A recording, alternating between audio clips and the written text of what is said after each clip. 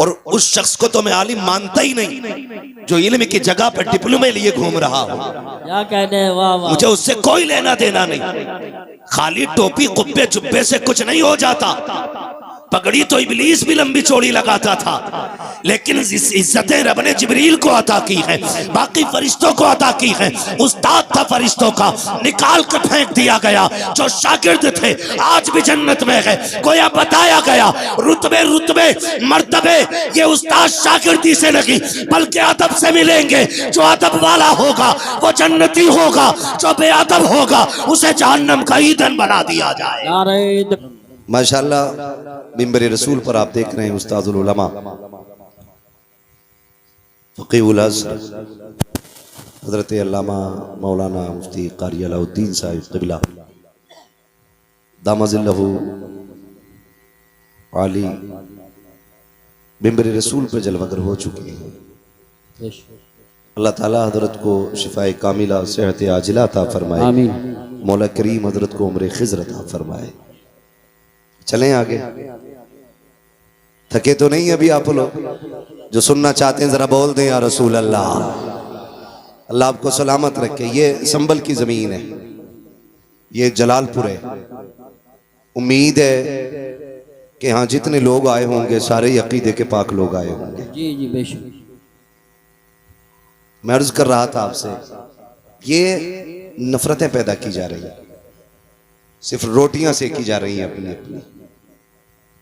सहाबा इकराम में आपस में कोई भेदभाव नहीं था। हैरत की बात, मैंने अभी आपसे एक मोटी बात कही, हमने तो अदब अहले बैत का और प्यार अहले बैत का हुजूर के सहाबा से सीखा। बेशक बेशक हुजूर के सहाबा से सीखा है। अबू बकर सिद्दीक कंधे पे बैठा लेते और रह गई हजरत उमर की बात। कौन उमर है? किसी एक मोहल्ले का चेयरमैन नहीं, एक बस्ती का बादशाह नहीं है, आधी दुनिया का बादशाह है उमर। बेशक। कितनी दुनिया का? आधी। जोर से कितनी?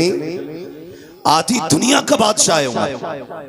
और जो हैबत का आलम यह है कि बड़े बड़े सलातीन उसके आगे गर्दनें झुका के खड़े रहते हैं। अल्लाह। और इंसाफ का आलम यह है कि शेर बकरी एक जगह खड़ी रहती है और पानी पीते हैं। शेर में जरूरत नहीं है बकरी को घूर के देख सके, और बकरी को यह हिम्मत दे दी है उमर के दौर ने कि वो शेर से डरने का नाम नहीं लेती। उनके बारे में भौंकते हो, तुम्हारे बाप का लगा क्या दीन पे? तुम तो खाली नाम लेकर के रोटियां खा रहे हो। कुर्बानी तो हुजूर के सहाबा ने दी। इतना बड़ा नाम है, इतना बड़ा नाम।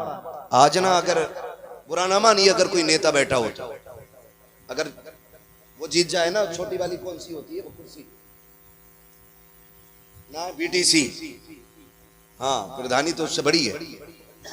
अगर मिंबरिया बन जा तो कपड़ों से बाहर है, कॉलर यूं रहता, यूं भूल जाता सारी चीज।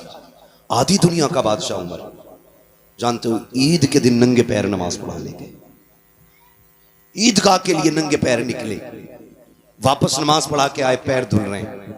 किसी ने कहा उमर जूते तो पहन लेते। कहा क्यों? कहा अमीरुल मोमिनीन हो, कोई देखेगा दूसरा तो क्या कहेगा। अगर ना पहने तो क्या हुआ? कहा देखा ना पैर में मिट्टी लग गई, आंख में आंसू भर लाए। कहने लगे शुक्र है रब का जिसने उमर के पैर पे मिट्टी लगाई है। उमर के पैर पे मिट्टी तो लगी है लेकिन उमर के दामन पे कोई ऐब का धब्बा नहीं लगा है। ये जिंदगियां थी इन लोगों की। ये हमारे सर के ताज उलमा बैठे, पूरी जिंदगी हदीसें पढ़ाते पढ़ाते गुजर गई। आप तारीख का ये बाप भी देखें, कौन उमर है? अल्लाह अकबर। आपने पूरी जिंदगी खुदा की कसम सबसे कम बैतुल माल से तनख्वाह ली है। आज तो जो सर गवर्नमेंट की तरफ से आता है, गरीब का हिस्सा भी खा जाते हैं। गरीब का बेरोजगार भत्ता भी इन्हीं के हिस्से में आता है। कॉलोनी बांटते तो पहले तय किया जाता है 10% मेरा है, 90 तेरा है, 50 मेरा है, 50 तेरा है। ऐसे बेच के खाने वालों को खुदा की कसम उमर की जिंदगी पढ़नी चाहिए। पूरी जिंदगी आपने सबसे कम बैतुल माल से 2 लोग हिस्सा लिया है। सबसे कम तनख्वाह लेने के बाद आप एक जोड़े में जिंदगी गुजार रहे हैं। खुदा की कसम लोग कहते थे कैसे बदबख्त लोग हैं। अभी एक कुत्ते ने भौंक के कहा था माज़ अल्लाह। हजरत उमर ने सैयदे कायनात खातून जन्नत फातिमा ज़हरा के शिकम पे लात मारी थी, जिसकी वजह से आपकी खुशी ज़ाय हो गई थी। मैं कहता हूँ गैरत आनी चाहिए। खुदा की कसम, जो उनकी औलाद को पलकों का ताज बना के रखता हो, वो माँ की तरफ पैर कैसे बढ़ा सकता है, हाथ कैसे उठा सकता है। खुदा के वास्ते ज़बानों को ताले लगाओ, नबी के सहाबा के खिलाफ मत भोंकना, वरना जन्नत तो क्या है, जन्नत की महक तक नहीं मिलेगी। जन्नत सिर्फ उसे मिलेगी जो सहाबा वाला भी होगा, मुस्तफा की औलाद से प्यार करने वाला भी होगा। ये याद रखिएगा। आग लगाई जा रही है और धीरे धीरे घुसपैठिए आ रहे हैं।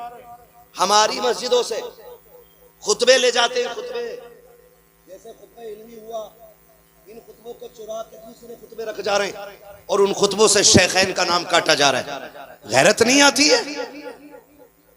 हम कहते हैं खुदा की कसम, हुजूर के सहाबा पे एतराज, हुजूर की जात पे एतराज। क्यों?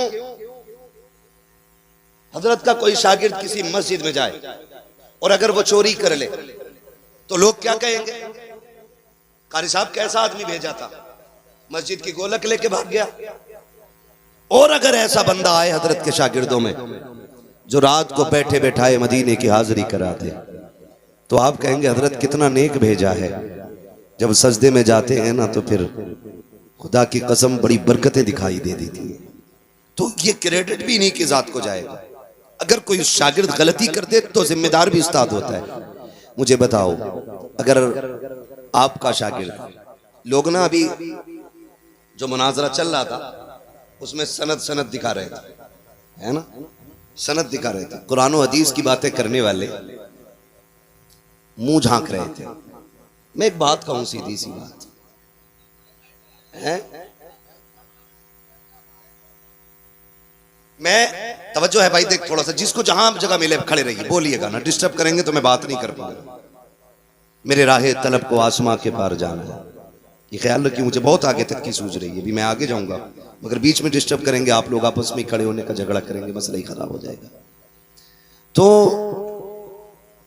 सनदे दिखा रहे थे, डिप्लोमा दिखा रहे थे, है ना।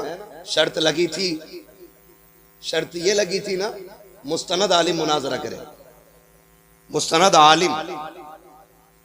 तो मसला क्या था? हिफ्ज की सनद लेके बंदा बैठा है ना, उसे यही पता नहीं आलिम किसे कहते हैं और सनद किस चीज की मांगी जा रही, क्या दिखा रहा। तो मेरा कहने का मतलब ये कि हर किसी को ना नाज होता है, किसी को अपने पढ़े पे नाज है, किसी को पढ़ाए पे नाज है, किसी को शागिर्द पे नाज है, किसी को उस्ताद पे नाज है। लोग कहते हैं कि ये मेरा चेला है, कितनी अच्छी बिल्डिंग बनाई है, ये जो मेहराबें बनाई है मेरे शागिर्द ने बनाई है, कि ये जो शामियाना लगाया ना मेरे शागिर्द ने लगाया है, ये जो इंतजाम किया ना मेरे शागिर्द ने किया है। जब तुम्हें अपने शागिर्द पे इतना नाज है तो बता मदीने वाले को अपने शागिर्दों पे कितना नाज होगा, है ना। लोग फख्र से कहते हैं कि ये मेरा उस्ताद है, ये मेरा उस्ताद है, ये मेरा उस्ताद है। जब नाम आता है ना उस्ताजों की लिस्ट का, जब बात खुलती है तो कोई कहता मैं आला हज़रत के शागिर्दों में आता हूँ, कोई कहता मैं 3 वास्तों से मुफ्ती आजम के शागिर्दों में आता हूँ, कोई कहता मैं हाफिज मिल्लत के शागिर्दों में हूँ। उस्ताद पे सबको नाज होता है, तो फिर बताओ तो सही हुजूर के शागिर्दों को हुजूर पे कितना नाज होगा, कितना नाज होगा। ये लोग भौंकते हैं हुजूर के सहाबा के खिलाफ। आप तारीख का ये बाब पलट करके देखिए, सिर्फ हम ही अली अली नहीं कर रहे हैं, हुजूर के सहाबा ने अहले बैत का प्यार दिखाया है, सिखाया भी है। पंजतन की क्या अजमत है, ये हुजूर के सहाबा ने सिखाया है। जरा पढ़ के तो देखें तारीख का ये बाब। अल्लाह अकबर, मेरे जहन में एक बात आ रही है, कौन? उमर फारूक आजम। ये वो उमर फारूक आजम है जो मिंबर पे खड़े होकर कहता है या सारियल जबल। तो महीनों की मसाफत की दूरी पे रहने वाले, मसाफत के फासले और उनकी दूरियों पे रहने के बावजूद भी आवाज कानों तक चली जाती है। तू चीखता है तेरा बेटा नहीं सुनता है, तू बोलता है तेरी औलाद नहीं सुनती है। उमर मिंबर से बोलता है, लश्कर के कान तक आवाज जा रही है। तुझे क्या पता उमर कौन है, कैसा सवारा है मेरे नबी ने उमर को, कैसा बनाया था मेरे नबी ने उमर को। सोच तो सकी कौन है उमर। गैरत क्यों नहीं आती उमर के खिलाफ भौंकते हुए। मेरे नबी ने कहा था जब तुम नेक लोगों की बातें करना तो मेरे उमर की भी बातें कर लिया करना, जब बच्चों के तस्किरे करो तो मेरे उमर के भी तस्किरे करना। अल्लाह अकबर, समझ उमर कौन है। जहां पे खलील ने खड़े होकर के दामन फैला के हबीब को मांगा था, वहीं हबीब ने खड़े होकर करके झोली फैला करके उमर को मांगा था, और रब ने उमर नबी की झोली में डाला, ऐसा डाला कि जब झोली में नबी के आया है, खुल के नमाजों का भी ऐलान हुआ था, खुल के रब की तौहीद का भी ऐलान होने लग गया था। नारे तकबीर, नारे रिसालत, नारे हैदरी, नारे गौसियत, मसलके आला हजरत, फैजान आला हजरत, फैजान शहदाए करबला, मुफ्ती हम्माद रजा साहिब क़िबला, उलमाए अहले सुन्नत। सुभान अल्लाह। हजरत उमर की बारगाह में सफीर आया। सफीर, आप तन्हाई में बात कर रहे हैं, दरवाजा बजा, आवाज आई, कौन? कहने लगा मैं आपका बेटा हूं, क्या काम है आपसे? जरूरी बात करिए। फरमाने लगे ठहर जाओ, अंदर आने की इजाजत है। ये कैसे खालिस लोग थे कि सगे बेटों को भी मशवरों में शामिल नहीं करते, औलाद को मनसब के ख्वाब ही नहीं दिखाए, जबकि हजरत अब्दुल्ला इब्ने उमर बदरी साहबी है, बहुत बड़ी शख्सियत है, लेकिन हजरत उमर ने कह दिया खड़े रहो, मैं जरूरी बात कर रहा हूं। आप बाहर निकले, फारिग हुए, बाहर आए, बेटे से पूछा आप बताओ। उन्होंने अपनी बात कही, फिर आपने फरमाया कोई और तो नहीं आया था? बेटे ने कहा कि हुसैन इब्ने अली आए थे। किससे? आधी दुनिया के बादशाह से हुसैन इब्ने अली आए थे। कहा बताया क्यों नहीं? कहा मुझे खड़े देखा, कहने लगे उमर से मिलना है, अमीरुल मोमिनीन से मिलना है। मैंने कहा अंदर है। उन्होंने कहा तुम क्यों खड़े हो? कहा मुझे इजाजत नहीं अंदर जाने की। वो लौट के जाने लगे। मैंने कहा ठहरे, मैं आवाज दूं? कहा नहीं, जरूरी बात होगी, जब बेटे को अंदर जाने की इजाजत नहीं तो मैं क्यों अंदर जाऊं, मैं जोहर में मुलाकात कर लूंगा। इतना सुना दौड़ लगा दी, हुसैन की चौखट पे आए, दस्तक दी, अंदर से मेरे इमाम निकले, कहने लगे शहजादे तशरीफ लाए थे? कहा जी आया तो था। कहा हुक्म कर देते, आप परेशान हुए, बताइए क्या हुक्म था? आप गए थे, फिर मुझे आवाज क्यों नहीं दिलवाई?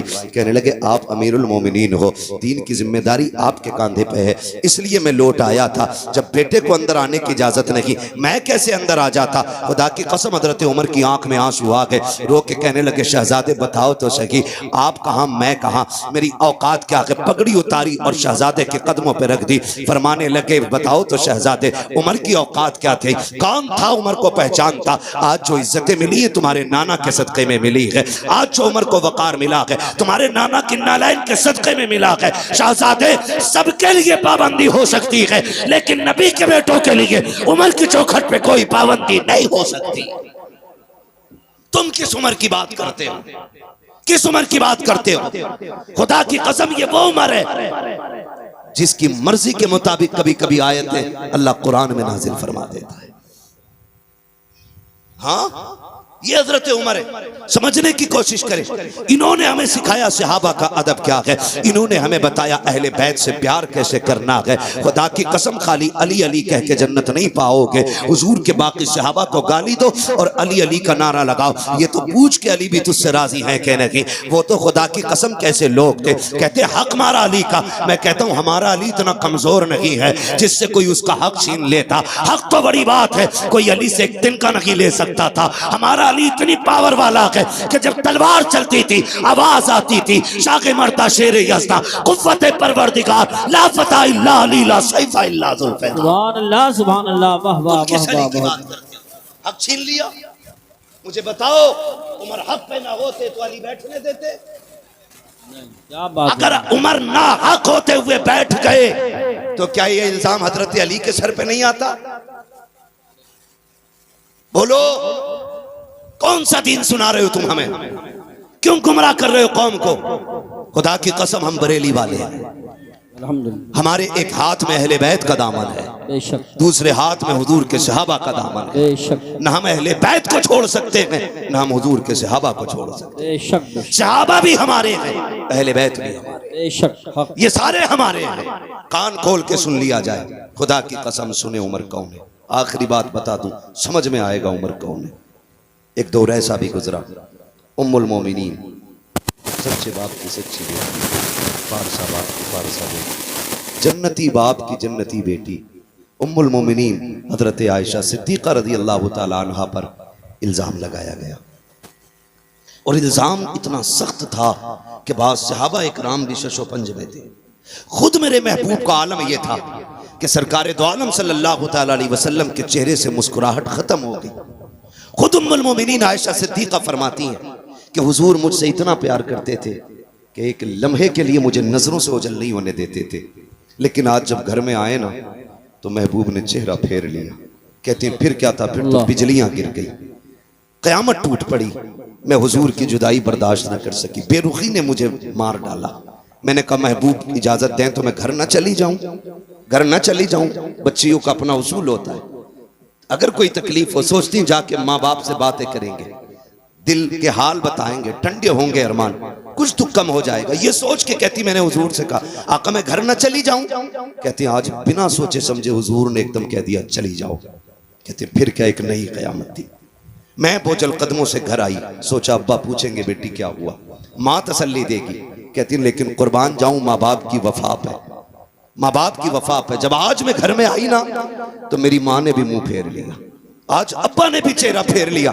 आज बेटी से कोई हाल दिल पूछने तैयार नहीं है। कहती कि बस फिर क्या था, मैंने देखा बाप मुसल्ला बिछाए हैं, माँ के हाथ में तस्बीह है, कोई बात करने वाला नहीं है। कहने लगी मैं घुट घुट के जीने लगी। फिर मैंने अपना मुकदमा सुप्रीम कोर्ट में दायर कर दिया। मैंने कहा मालिक अब आयशा का फैसला तेरी जात की तरफ से होगा, कोई सुनने वाला नहीं है आयशा की। कहने लगी मैं रोती रही, मैंने मुकदमा रब की बारगाह में दे दिया। इधर मेरे नबी की बेकरारी का आलम न पूछो, अल्लाह अकबर, आक़े करीम बेकरार है। हजरत अबू बकर सिद्दीक सामने से आए, हाथ पकड़ के कहते यार अबू बकर तेरी बेटी है, आयशा बता तो सही मैं क्या करूं, इस मोड़ पे आके खड़ा हो गया हूं, मैं करूं तो क्या करूं, बता तू जो कहेगा वो कर दूंगा। हजरत अबू बकर सिद्दीक कहते हैं या रसूल अल्लाह आयशा बेशक मेरी बेटी है, मैं अच्छी तरह जानता हूं, अगर मैं ये कह दूं आका मेरी बेटी बेकसूर है और आप मान जाएं तो दुनिया कहेगी बेटी थी, इसलिए अबू बकर हिमायत कर गए। नबी ने मान कैसे लिया अबू बकर के फैसले को।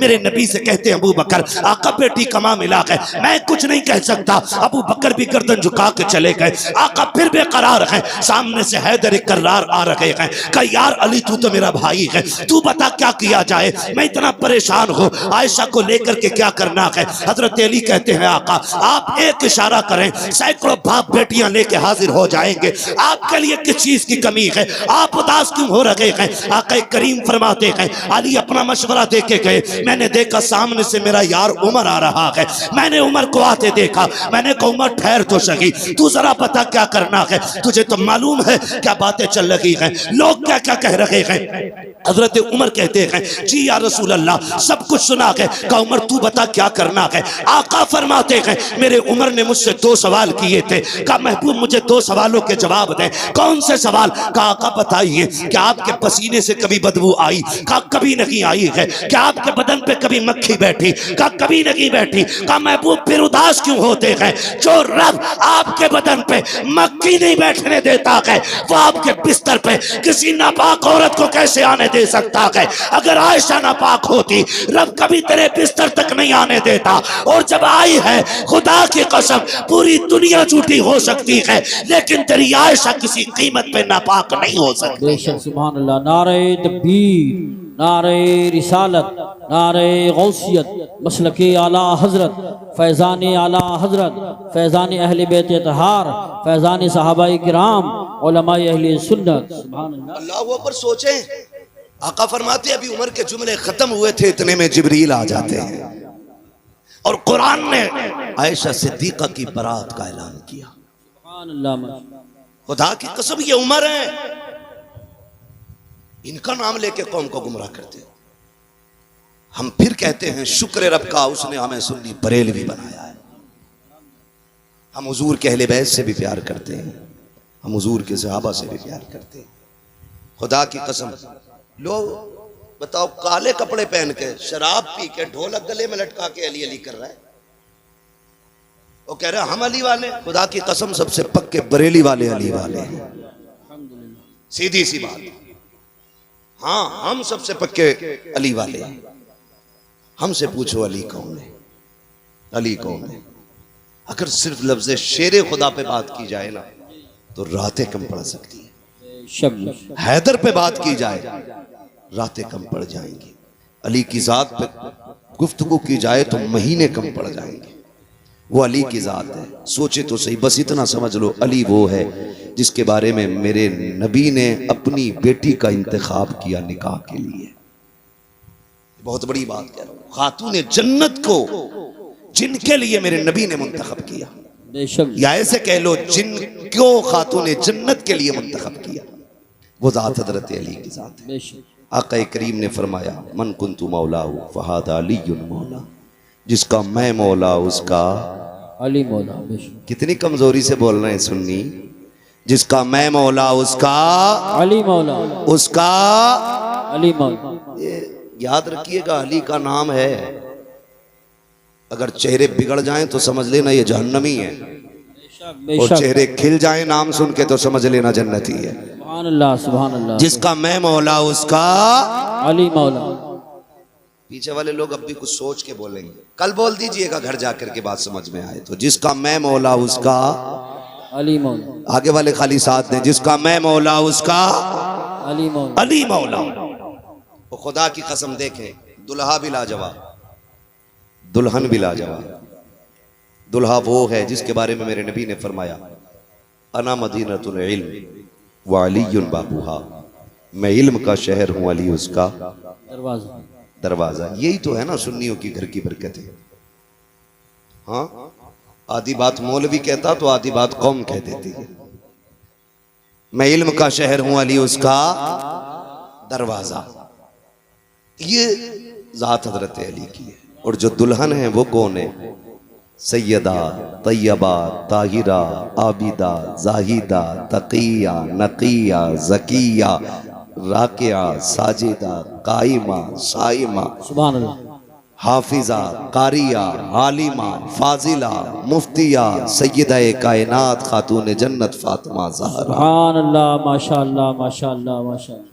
ये दुल्हन और वो दुल्हा, इस आंगन में जो कली खिली है, एक कली को हसन कहते हैं, दूसरी कली को हुसैन कहते हैं। हुसैन कहते हैं। सुभान अल्लाह। क्या बात रजा उस चमनिस्तान करम की, ज़हरा है कली जिसमें हुसैन और हसन फूल।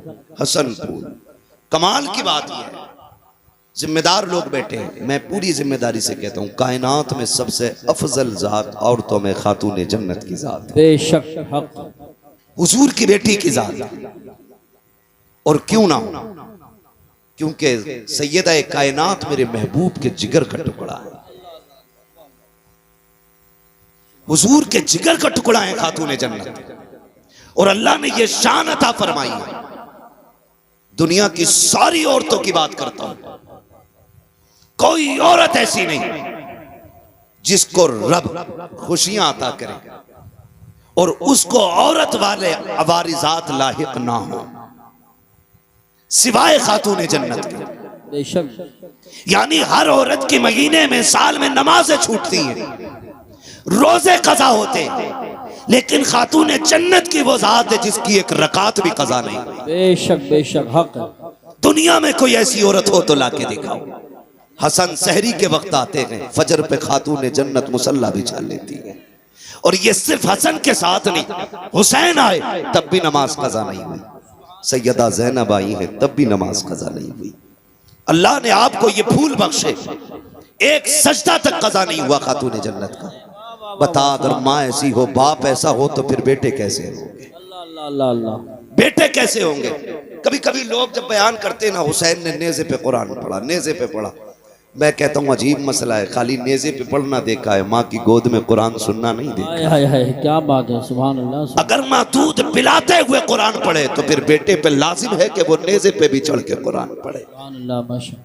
हद होती है जिसके रातों के सजदे इतने लंबे, जो ये कहती थी अल्लाह इतनी लंबी रात बना कि तेरी फातिमा जी भर के सजदा कर ले, फिर उसका बेटा अगर सजदे में सर न देता तो कहां देता? जिस माँ के सजदे मुकम्मल ना हो, उस बेटे का सजदा कैसे मुकम्मल हो जाता?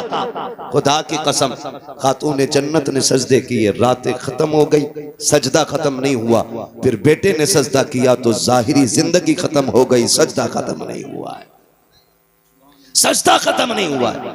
ये समझने वाली बातें हैं। कई बार कुछ कुत्ते भौंकते, कहते जी अगर ये इतने ही पहुंचे हुए थे तो बताया क्यों नहीं? माज़अल्लाह। करबला के हवाले से बेटों को क्यों नहीं बताया या बचाया क्यों नहीं? सारे पढ़े लिखे लोग हैं, अंगूठे का दौर नहीं। ये अलग बात है कि दुनिया फिर से अंगूठे पे लौट आई। पहले अंगूठे उनके लिए जाते थे जो पढ़े लिखे नहीं होते थे, अब अंगूठे उनके लगते हैं जो पढ़े लिखे होते। फिंगरप्रिंट है ना, यही बोलते हैं ना, हमें इंग्लिश नहीं आती उस बात। दौर बदला है, फिर फिंगर पे लौटा है, फिर लौटा है। तो सारे पढ़े लिखे लोग अच्छी तरह जानते हैं कि अगर बाप डीएम हो, एसडीएम हो, तो क्या उसका बेटा बिना इम्तिहान की किसी पोस्ट को पा सकता है? नहीं। बोले पालेगा। अगर बाप एसडीएम या डीएम जो भी है, तो बेटे को एग्जाम देना है, इम्तिहान की सफ में बैठना है, पास होगा तभी मनसब मिलेगा, तभी डिग्री मिलेगी। मगर हुसैन तेरी अजमतों को सलाम, तू माँ की गोद में आया, नबी ने कहा हसन हुसैन जन्नती जवानों के सरदार हैं। अभी कोई हज आपके जिम्मे नहीं, अभी ज़कात आप पे फर्ज नहीं है, अभी आपने जंग नहीं लड़ी है, अभी दीन के लिए बड़ी बड़ी कुर्बानियां नहीं दी हैं, लेकिन मनसब पहले मिल गए। फिर मनसब पे कोई एतराज कर सकता था, घर की बात थी इसलिए बांट दिया गया। खुदा की कसम दुनिया जानती थी नबी के मुंह से जो निकली वो बात होके रही। आका ने कह दिया है मेरे शहजादे जन्नती जवानों के सरदार हैं, तो फिर ये जन्नती जवानों के सरदार हैं। लेकिन ये सब कुछ जानते और मानते हुए भी खातून जन्नत ने बेटों की तैयारी कराई, हैदर कर्रार ने बेटों को सब्र सिखाया है, पूरी जिंदगी बेटों की तरबियत की है, और इसी दिन के लिए सवारा था कि अगर दीन करबला में मुश्किल में आ जाए तो बेटे कदम पीछे नहीं हटा।